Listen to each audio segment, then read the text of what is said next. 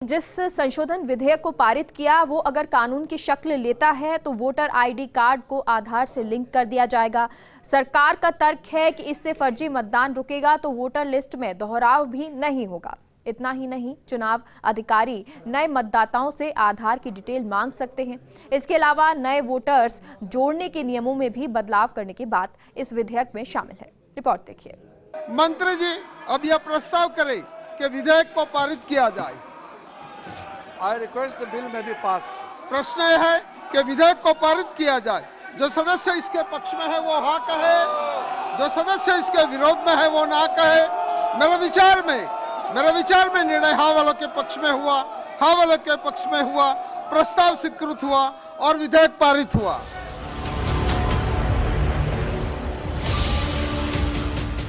लोकसभा से पास चुनाव कानून संशोधन विधेयक।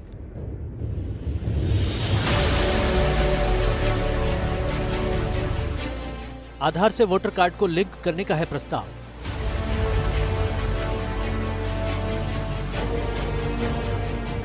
कानून में कई संशोधन से संबंधित है विधेयक।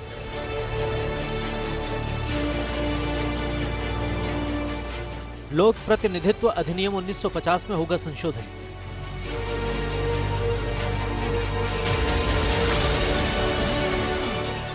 लोक प्रतिनिधित्व अधिनियम 1951 में भी होगा संशोधन।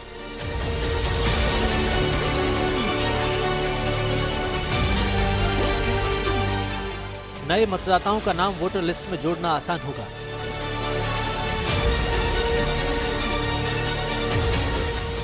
एक जनवरी के बजाय अब हो सकती हैं 4 कट ऑफ डेट।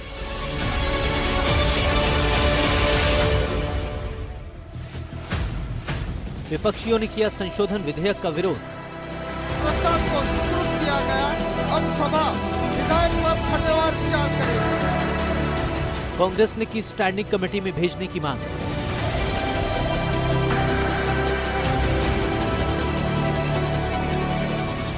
ओवैसी ने बताया राइट टू प्राइवेसी पर हमला। मंत्री जी अब यह प्रस्ताव करें कि विधेयक को पारित किया जाए। I request the bill may be passed. प्रश्न यह है कि विधेयक को पारित किया जाए। जो सदस्य इसके पक्ष में है वो हाँ कहे, जो सदस्य इसके विरोध में है वो ना कहे। मेरे विचार में निर्णय हाँ वालों के पक्ष में हुआ, हाँ वालों के पक्ष में हुआ, प्रस्ताव स्वीकृत हुआ और विधेयक पारित हुआ। लोकसभा से चुनाव कानून संशोधन विधेयक पास हो गया है। जाहिर है कि राज्यसभा से भी सरकार इसे पास कराने में कामयाब हो जाएगी, जिसके बाद ये संशोधित कानून के रूप में देश के सामने होगा। इस कानून के तहत चुनाव पंजीयन अधिकारियों को मतदाता सूचियों में वोटर के रूप में नाम जुड़वाने के इच्छुक लोगों को उनकी पहचान के दस्तावेज के रूप में आधार नंबर मांगने का अधिकार होगा।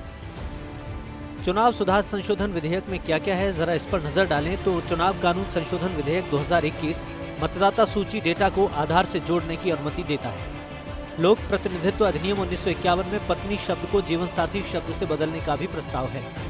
इससे कानून लिंग तटस्थ हो जाता है और सैनिक के पति या पत्नी को समान अधिकार देता है। ये चुनावी पंजीकरण अधिकारियों को उन लोगों के आधार नंबर प्राप्त करने की अनुमति देता है जो मतदाता के रूप में पंजीकरण कराना चाहते हैं। युवाओं को मतदाता के रूप में हर साल 4 तिथियों के हिसाब से पंजीकरण की अनुमति है। वर्तमान में 1 जनवरी या उससे पहले 18 वर्ष के होने वालों को ही मतदाता के रूप में पंजीकरण की अनुमति है। हाल ही में विधि एवं न्याय संबंधी संसदीय समिति द्वारा वर्तमान सत्र में रिपोर्ट पेश की गई। रिपोर्ट में कहा गया कि विधि मंत्रालय जन प्रतिनिधित्व अधिनियम की धारा 14B में संशोधन करना चाहता है। संशोधन में मतदाता पंजीकरण के लिए हर वर्ष 4 कट ऑफ तिथियों 1 जनवरी, 1 अप्रैल, 1 जुलाई और 1 अक्टूबर रखने का प्रस्ताव है।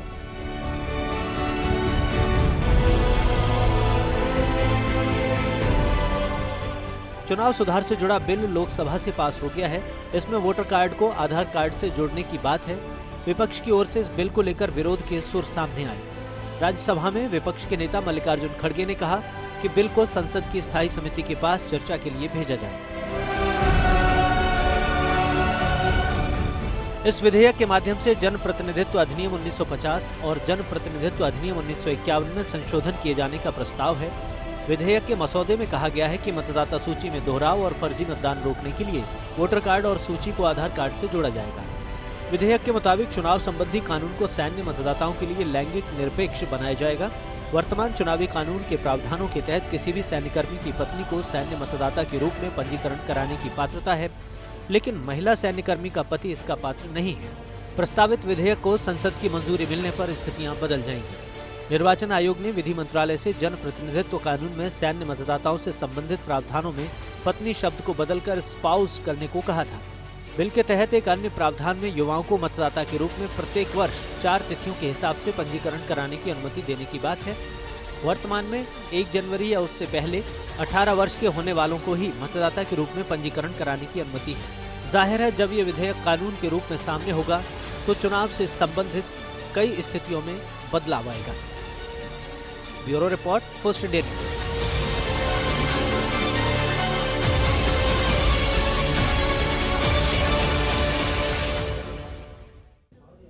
जैसे ही सरकार ने चुनाव संशोधन विधेयक लोकसभा में पेश किया तो मुख्य विपक्षी पार्टी ने जमकर सवाल उठाए। अधीर रंजन चौधरी से लेकर शशि थरूर तक ने बिल की सार्थकता पर प्रश्न उठाए।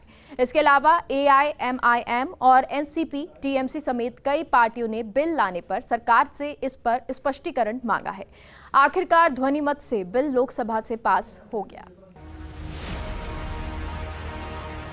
विपक्षी सदस्यों के विरोध के बीच सरकार ने सोमवार को लोकसभा में निर्वाचन विधि संशोधन विधेयक 2021 पेश किया। इसमें मतदाता सूची में दोहराव और फर्जी मतदान रोकने के लिए मतदाता कार्ड और सूची को आधार कार्ड से जोड़ने का प्रस्ताव किया गया। इसमें मतदाता सूची में दोहराव और फर्जी मतदान रोकने के लिए मतदाता कार्ड और सूची को आधार कार्ड से जोड़ने का प्रस्ताव किया गया है। निचले सदन में कांग्रेस, तृणमूल कांग्रेस, AIMIM, RSP, बसपा जैसे दलों ने विधेयक को पेश किए जाने का विरोध किया। कांग्रेस ने विधेयक को विचार के लिए संसद की स्थायी समिति को भेजने की मांग की।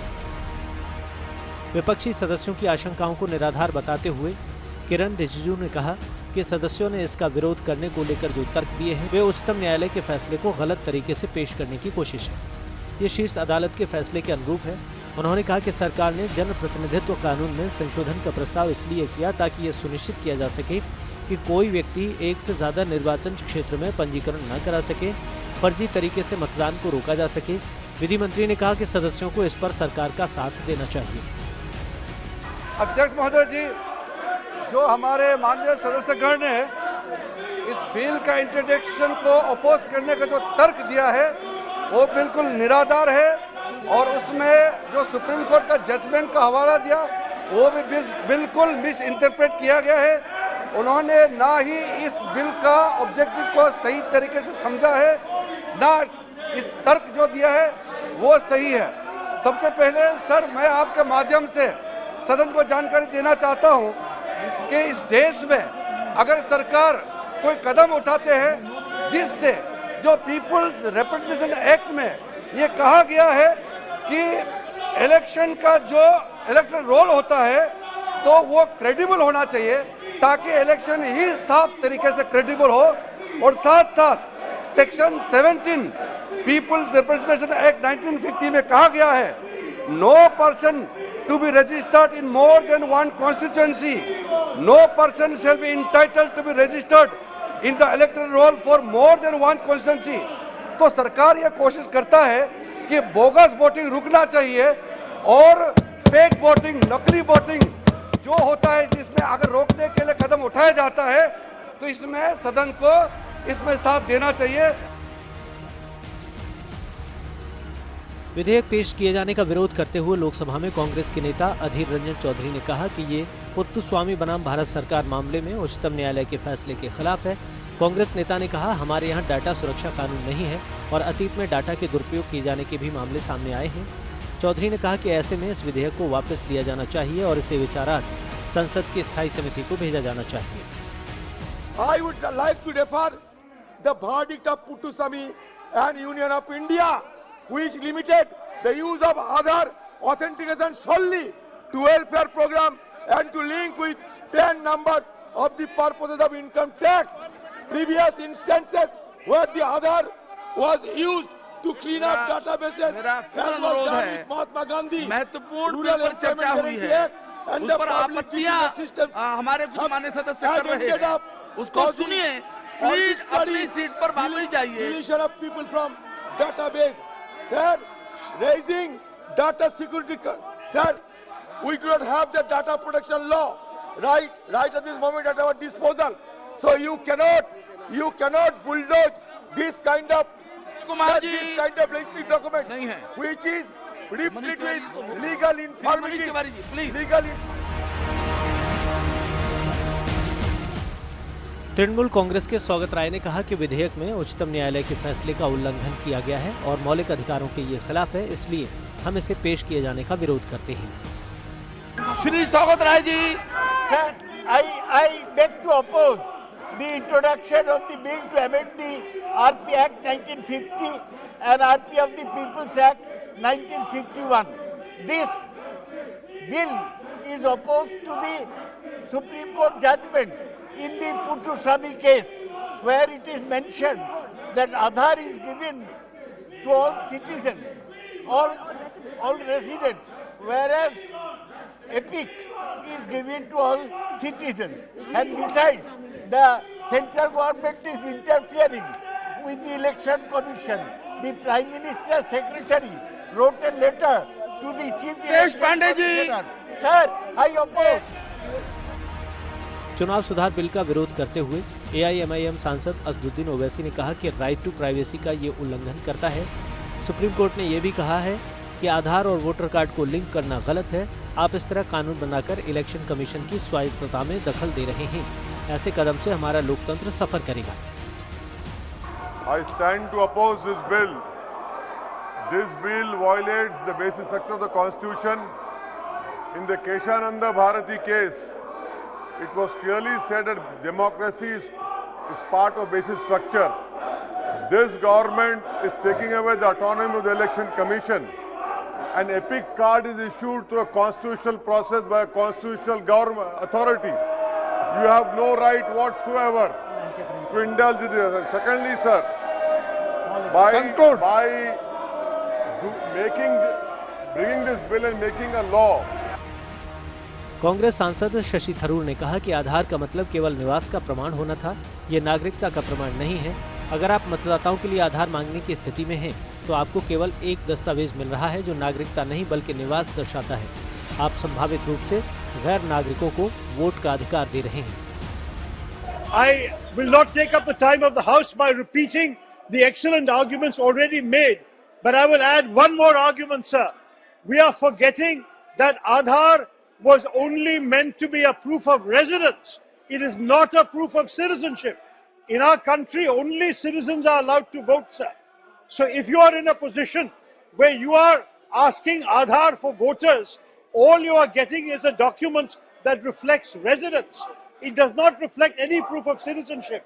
And therefore, you are potentially giving the vote to non-citizens. So this is an additional objection in addition to the four important objections already raised by other colleagues. चुनाव सुधार बिल को लेकर विपक्ष के विरोध के सुर सामने आए थे। कांग्रेस ने इसे स्टैंडिंग कमेटी को भेजने की बात कही। कांग्रेस ने कहा कि वोटर आईडी कार्ड को आधार से लिंक करने के प्रस्ताव पर सरकार को सभी स्टेक होल्डर से बातचीत करके आगे बढ़ना चाहिए। उधर एनसीपी सांसद सुप्रिया सुले ने भी संशोधन विधेयक पर सरकार से सवाल पूछे। Sir, I have only 2-3 important questions to ask the government. The bill was introduced today. What is the tearing hurry? And in the speech, Mr. Nishikant Dubey talked about Bangladeshis. In the newspapers that only the Congress wants Bangladeshis. I want to humble question to the BJP that there is an allegation against the BJP that one of their ministers is a Bangladeshi, is an allegation in West Bengal. That must be verified when he talks about the other people. The other thing they said, talked about electoral reforms. If the Honorable Minister wants electoral reforms, he should take this bill back, bring a comprehensive bill of entire all electoral reforms, talk about the women's reservation bill, electronic bonds, महिला reservation का bill भी इसके साथ लाए। हम साथ में समर्थन करेंगे और बिल पास करेंगे। So they should take this bill back. धन्यवाद। असल में आधार को वोटर कार्ड से जोड़ने की कवायद फरवरी 2015 में तत्कालीन मुख्य चुनाव आयुक्त HS ब्रह्मा के कार्यकाल के दौरान हुई। हालांकि आधार वोटर आईडी लिंकिंग प्रक्रिया को अगस्त 2015 में निलंबित कर दिया गया, क्योंकि सुप्रीम कोर्ट ने आधार कार्ड के उपयोग को एलपीजी और केरोसिन वितरण और सार्वजनिक वितरण प्रणाली तक सीमित कर दिया था। शीर्ष अदालत ने अपने आदेश में कहा था कि निजता का अधिकार एक मौलिक अधिकार है, लेकिन इसमें कटौती की जा सकती है बशर्ते आधार विवरण एकत्र करने या राज्य के हित को अधिकृत करने वाला एक विशिष्ट कानून मौजूद हो। 2019 में आधार अधिनियम में उचित संशोधन के साथ आधार के संग्रह की अनुमति देने के सुप्रीम कोर्ट के फैसले के बाद चुनाव आयोग ने कानून मंत्रालय को पत्र लिखकर आधार के साथ मतदाता कार्ड को अनिवार्य रूप से जोड़ने के लिए एक उपयुक्त संशोधन की मांग की। इस पर कानून मंत्रालय ने सहमति जताई है। Bureau report, post India news.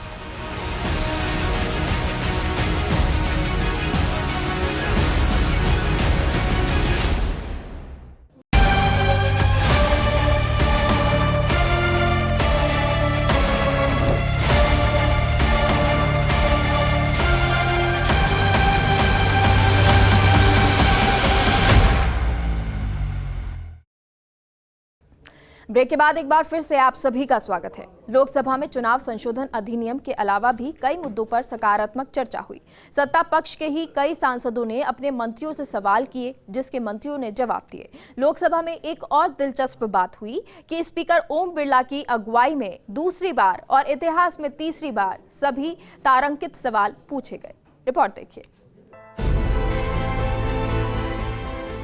चुनाव सुधार विधेयक पास होने के अलावा भी कई मुद्दों पर लोकसभा में सकारात्मक चर्चा हुई।